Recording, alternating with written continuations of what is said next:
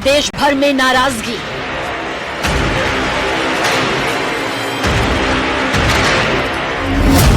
संत समाज ने दी चेतावनी। पश्चिम बंगाल के मुर्शिदाबाद में बाबरी मस्जिद का शिलान्यास हुआ तो इस मुद्दे की आग बंगाल से निकलकर देश भर में फैल गई। मुर्शिदाबाद में कथित तौर पर बाबरी मस्जिद के नाम पर किए गए कार्यक्रम ने पूरे देश में एक बार फिर मंदिर मस्जिद की राजनीति को गर्म कर दिया।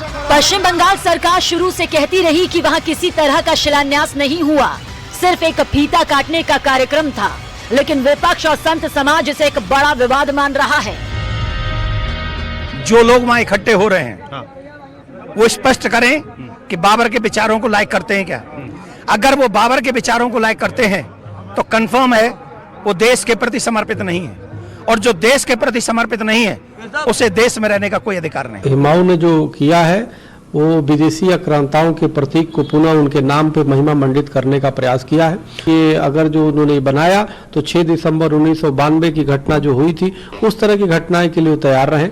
कोई भी इस देश में कश्मीर से कन्याकुमारी तक अगर बाबर के नाम पे या औरंगजेब के नाम पे इस तरह से मस्जिद बनाता है या कोई भी प्रतीक चिन्ह बनाता है, उसको इस भारत के रहने वाले देश भक्त जो है उसे किसी भी तरीके से उसका बर्दाश्त नहीं करेंगे और उसको निश्चित रूप से उखाड़ फेंकेंगे। इसी बीच सांप्रदायिक सौहार्द, संविधान और आस्था के नाम पर तमाम दावे हो रहे हैं। एक तरफ कुछ लोग इसे धार्मिक अधिकार बताते हैं तो दूसरी तरफ कई संतों और धर्मगुरुओं ने कड़ी प्रतिक्रिया देते हुए इसे देश की शांति के लिए खतरनाक बताया। इससे पहले भी बंगाल में धार्मिक पहचान और राजनीति की टकराहट कई बार सुर्खियों में रही है और अब ये नया विवाद उस तनाव को और बढ़ाते हुए दिखाई दे रहा है। उनकी मंशा पूरी नहीं हो पाएगी। ममता नामता हिंदू, वास्तव में भारत विरोधी महिला है। मुर्शिदाबाद में बाबरी मस्जिद की नींव ने देश भर में नई बहस छेड़ दी है। धार्मिक नेताओं से लेकर राजनीतिक चेहरों तक इस मुद्दे पर प्रतिक्रियाओं का सैलाब उमड़ रहा है। जब संविधान में ऐसा कोई क्लॉज नहीं है तो जो लोग इसकी मुखालफत कर रहे हैं बाबरी मस्जिद बनने की, वो भी बंगाल में, अयोध्या में तो नहीं बना रहा है कोई। अयोध्या में बाबरी मस्जिद का मामला था, सुप्रीम कोर्ट ने फैसला दिया, मुसलमान खामोश हो गया। अब देश के किसी भी कोने में अगर बाबर नाम से मस्जिद बन रही है तो ये संविधान की अनदेखी तो है नहीं। उनकी बात से सीधा सीधा ये समझ में आता है कि उनके लिए देश प्रेम नाम की कोई वस्तु नहीं है। देश के लिए वो सोचते ही नहीं, इसलिए उनको बाहर का एक व्यक्ति बाबर याद आ रहा है जो हमारे ऊपर हमलावर होकर आया था। तो ये एक बहुत ही एक ऐसा बयान है और एक ऐसा काम वो उन्होंने शुरू किया है जो जिसकी जितना भी निंदा की जाए उतनी कम। बंगाल चुनाव करीब है, ऐसे में बाबरी मस्जिद का ये विवाद सिर्फ धार्मिक मुद्दा नहीं रहा, बल्कि ये राज्य की राजनीति पर भी सीधा असर डालेगा।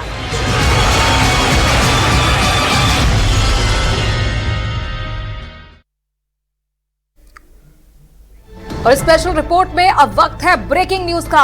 आपको ब्रेकिंग न्यूज बताते हैं, जयपुर के फुलेरा से बड़ी खबर आपको बताते हैं। देखिए, सबसे पहले बड़ी खबर यह है कि सरकारी टीचर का शव मिलने से सनसनी फैल गई। संदिग्ध परिस्थितियों में फंदे से लटका मिला है सरकारी टीचर जिसका नाम है अनीता, और इसको लेकर अब पूरा माहौल गरमाया हुआ है। इस वक्त की बड़ी खबर आपको बता रहे हैं, पुलिस ने पोस्टमार्टम कराकर जांच शुरू कर दी है। गोवर्धनपुरा में 3rd ग्रेड टीचर थी अनीता कुमारी। डीग जिले की रहने वाली थी मृतक अनीता कुमारी, जिसका संदिग्ध परिस्थितियों में शव मिलने से सनसनी फैल गई है। बताया जा रहा है कि फंदे पर लटका मिला है शव। सरकारी टीचर थी अनीता, जिसका शव मिलने से हड़कंप मचा हुआ है।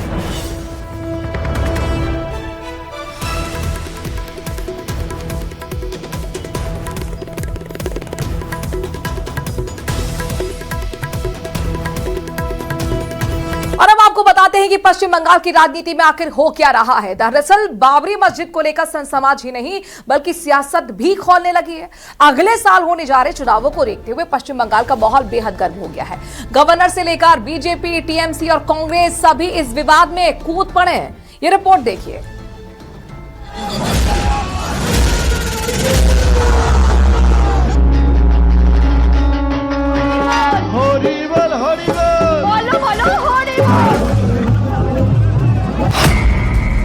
बंगाल में गीता, कुरान और सियासी घमासान।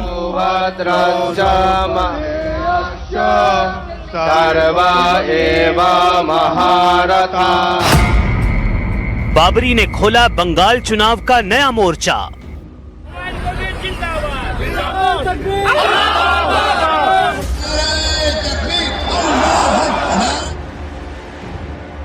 पश्चिम बंगाल में बाबरी मस्जिद को लेकर सियासत लगातार गर्माती जा रही है। 6 दिसंबर को मुर्शिदाबाद में टीएमसी से निलंबित विधायक हुमायूं कबीर ने बाबरी मस्जिद की नींव रखी, जिसके बाद सोशल मीडिया पर मस्जिद निर्माण के लिए जमा हो रहे दान की लाइव काउंटिंग तक की गई।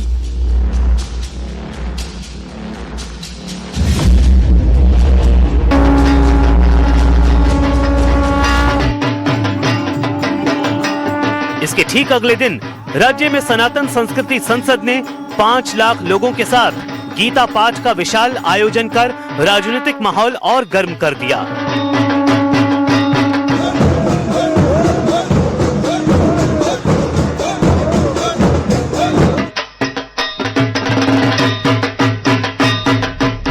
जवाब में पूर्व टीएमसी विधायक हुमायूं कबीर ने ऐलान कर दिया कि वो अब 1 लाख हाफिजों से कुरान पाठ करवाएंगे, लोगों को खाना खिलाएंगे और फिर मस्जिद निर्माण का काम आधिकारिक रूप से शुरू होगा। सनातन धर्मावलंबी संख्या पवित्र गीता पाठ कर रहा है। मैं इस्लाम धर्मावलंबी मानुष मेरा 1 लाख हाफिज के लिए एक कुरान पाठ कराएंगे, से खाना खिलाएंगे अच्छा से लोगों को, वो 1 लाख कुरान का हाफिज को भी खाना खिलाएंगे। कबीर का दावा है कि ये कदम धार्मिक है, राजनीति से इसका कोई संबंध नहीं, बल्कि जिस मकसद से गीता पाठ हुआ उसी मकसद से हम कुरान पाठ कराएंगे। राजनीतिक मोर्चे पर हुमायूं कबीर ने असदुद्दीन ओवैसी की AIMIM से गठबंधन का ऐलान कर दिया है और कहा है कि इस मुद्दे पर ओवैसी से बातचीत हो चुकी है। उन्होंने ISF, CPIM और कांग्रेस को भी साथ आने का न्योता दिया और 22 दिसंबर को अपनी नई पार्टी लॉन्च करने की घोषणा की है। हाँ, हुमायूं कबीर नहीं रखे हैं, ममता बनर्जी रखवाई हैं और नौटंकी कर रही हैं अपने सांसदों से, उसके खिलाफ में बयान दिलवा रही हैं अपने नेताओं से। ममता बनर्जी विवाद को बंगाल की धरती पर हिंदू मुसलमान के रूप में बांटने के लिए ये बाबरी मस्जिद हिडन एजेंडा के रूप में हुमायूं कबीर के द्वारा इन्होंने लाया है। राज्यपाल ने बाबरी पर सरकार से पूछे सवाल। इस बीच पश्चिम बंगाल के राज्यपाल CV आनंद बोस ने राज्य सरकार से पूछा कि अगर कबीर का बयान कानून व्यवस्था के लिए खतरा है तो उन्हें गिरफ्तार क्यों नहीं किया गया, जबकि वो खुद गीता पाठ कार्यक्रम में शामिल हुए थे। यही बात उठाकर टीएमसी ने राज्यपाल पर दोहरे मापदंड का आरोप लगाया है। The persons who do the politics on the basis of the only on the basis of the religion, they are destroying the secular fabric of the country, and they are all. This is also destroying the democracy of the country. Murshidabad में बाबरी मस्जिद की नींव ने बंगाल चुनाव की सरगर्मी को और बढ़ा दिया है। कांग्रेस दबी आवाज में ही सही, लेकिन बाबरी को समर्थन देती दिखाई दे रही है, तो बीजेपी इसके खिलाफ खड़ी है। It is the right enjoyed by all the people of our country, along with all the religious affiliations, to construct their own mosque or temple or church or gurudwara. 70% Muslim population belong to the district Murshidabad. This is the demographic composition of Murshidabad district. कि बाबरी विचार इस देश में कभी नहीं आने दिया जाएगा। जिस गली से बाबर गुजरेगा उस गली में घुस के मारेंगे। बाबर को नहीं आने देंगे। बाबर कोई भारतीय नहीं था, मुगल था। शर्म आनी चाहिए उन लोगों को कि एक आक्रांत था जिसने लाखों लोगों की जान ली है, जिसने लोगों के टुकड़े टुकड़े किए हैं, उसके नाम पे मस्जिद जैसी पाक चीज का नाम रख रहे हैं, बाबरी मस्जिद। इस्लाम तो एक रिलीजन ऑफ पीस है ना, लेकिन जिसने लोगों को टुकड़े किए हुए हैं वो इस्लाम को रिप्रेजेंट करेगा। ये सोचिए, ऐसी सोच रखने वाले कितने बड़े आक्रांता खुद हैं। बाबरी मस्जिद की नींव, गीता का पाठ और कुरान के पाठ का ऐलान, कुल मिलाकर पूरा घटनाक्रम 2026 के बंगाल चुनाव से जुड़ा है और इन सब के बीच बंगाल की राजनीति खुलकर धार्मिक ध्रुवीकरण